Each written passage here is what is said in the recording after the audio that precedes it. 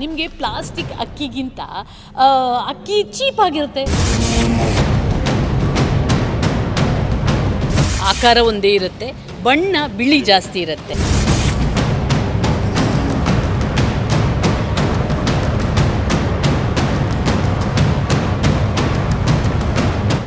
ನಾವೀಗ ರಾಜ್ಯ ಉಗ್ರಾಣ ನಿಗಮದಲ್ಲಿದ್ದೀವಿ. ಚಿತ್ರದುರ್ಗ ಜಿಲ್ಲೆಯ ಉಗ್ರಾಣದೊಳಗಿದ್ದೀವಿ.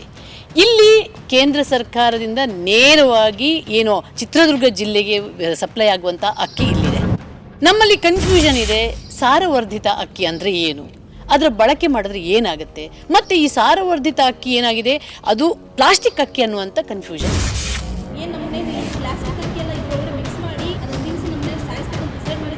ಈ ಪ್ಲಾಸ್ಟಿಕ್ ಮೇಲೆ ತೇಲ್ತಾ ಇದೆ ಒಂಥರ.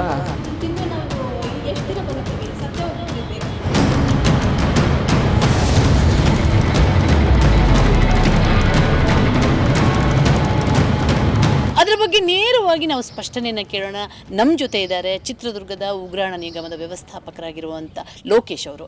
ಲೋಕೇಶ್ ಅವರೇ, ಈ ಒಂದು ಕನ್ಫ್ಯೂಷನ್ ಇದೆ, ಪ್ಲಾಸ್ಟಿಕ್ ಅಕ್ಕಿ ಸಾರವರ್ಧಿತ ಅಕ್ಕಿಯನ್ನು ಪ್ಲಾಸ್ಟಿಕ್ ಅಕ್ಕಿ ಅಂತ ತಿಳ್ಕೊಳ್ತಿದ್ದಾರೆ, ಇನ್ನೂ ಜಾಗೃತಿ ಮೂಡಿಲ್ಲ. ಇದರ ಬಗ್ಗೆ ನೀವೇನು ಹೇಳೋಕ್ಕೆ ಇಷ್ಟ? ಮೇಡಮ್, ಇಲ್ಲಿ ನೋಡ್ತಿರ್ಬೋದು ನೀವು, ಭಾರತೀಯ ಆಹಾರ ನಿಗಮದವರು ಇಲ್ಲಿ ಅಕ್ಕಿ ನಮ್ಮ ಹತ್ರ ಸ್ಟೋರ್ ಮಾಡ್ತಾರೆ. ಇದು ರಾಜ್ಯ ಉಗ್ರಾಣ ನಿಗಮದಲ್ಲಿ ಒಂದು ತಿಂಗಳಿಗೆ ಚಿತ್ರದುರ್ಗಕ್ಕೆ ಬೇಕಾದಷ್ಟು ಅಕ್ಕಿಯನ್ನು ಇಲ್ಲಿ ನಮ್ಮ ಗೋಡನಲ್ಲಿ ಸಂಗ್ರಹಣೆ ಮಾಡ್ತಾರೆ ಮೇಡಮ್. ಇದು ಡೈರೆಕ್ಟ್ ರೈತರಿಗೆ ಮತ್ತು ಜನಗಳಿಗೆ ಹೋಗುತ್ತೆ, ಅನ್ನಭಾಗ್ಯ ಯೋಜನೆಯೇ ಹೋಗುತ್ತೆ. ಅಲ್ಲಿ ಹೋದಂಥ ಅಕ್ಕಿಯಲ್ಲಿ ಕೆಲವೊಂದರಲ್ಲಿ ಪ್ಲಾಸ್ಟಿಕ್ ಅಕ್ಕಿ ಇದೆ ಅಂತ ಜನಗಳಿಗೆ ಸ್ವಲ್ಪ ಆತಂಕ ಇದೆ. ಅದು ಆತಂಕ ಏನಿದೆ ಅಂತಂದರೆ, ಈ ಭಾರತೀಯ ಕೇಂದ್ರ ಸರ್ಕಾರದವ್ರು ಏನು ಮಾಡ್ತಾ ಇದ್ದಾರೆ, ಪೌಷ್ಟಿಕದಿಂದ ಬಳತಕ್ಕಂಥ ಜನಕ್ಕೆ ಡೈರೆಕ್ಟಾಗಿ ಹೋಗಿ ಸೇರಬೇಕನ್ನೋ ಸುಲಭ ವಿಧಾನದಲ್ಲಿ ಈ ಅಕ್ಕಿಗಳಿಗೆ ಸಾರವರ್ಧಿತ ಅಕ್ಕಿಗಳನ್ನು ಮಿಕ್ಸ್ ಮಾಡ್ತಾ ಇದ್ದಾರೆ. ಈ ಮಿಕ್ಸ್ ಮಾಡಿದಂತಹ ಅಕ್ಕಿಗಳಲ್ಲಿ ಇದು ಕಾಣೋಕ್ಕೆ ಪ್ಲಾಸ್ಟಿಕ್ ಥರನೇ ಕಾಣುತ್ತೆ.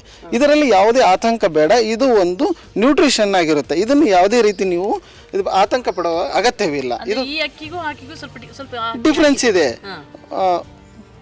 ನೋಡೋಕ್ಕೆ ಡಿಫ್ರೆನ್ಸ್ ಇದೆ. ನೋಡಿದಾಗ ಇದು ಪ್ಲಾಸ್ಟಿಕ್ ಅಕ್ಕಿ ಏನೋ ಇರುತ್ತೆ ಅಂತ ಕಲ್ಲು ಮಣ್ಣು ಆರಿಸ್ಬೇಕಾದ್ರೆ ತೆಗೆದು ಹಾಕೋದು ಕಾಣ್ತಾ ಇದೆ. ಸೊ ಇದು ಕೇಂದ್ರ ಸರ್ಕಾರವೇ ಮಿಕ್ಸ್ ಮಾಡೋ ಒಂದು ಯೋಜನೆ ಅಡಿಯಲ್ಲಿ ಒಂದು ಮಿಕ್ಸ್ ಮಾಡಿ ಡೈರೆಕ್ಟ್ ರೈತರಿಗೆ ಸೇರುವಂಥ ವ್ಯವಸ್ಥೆ ಮಾಡ್ತಾ ಇದೆ.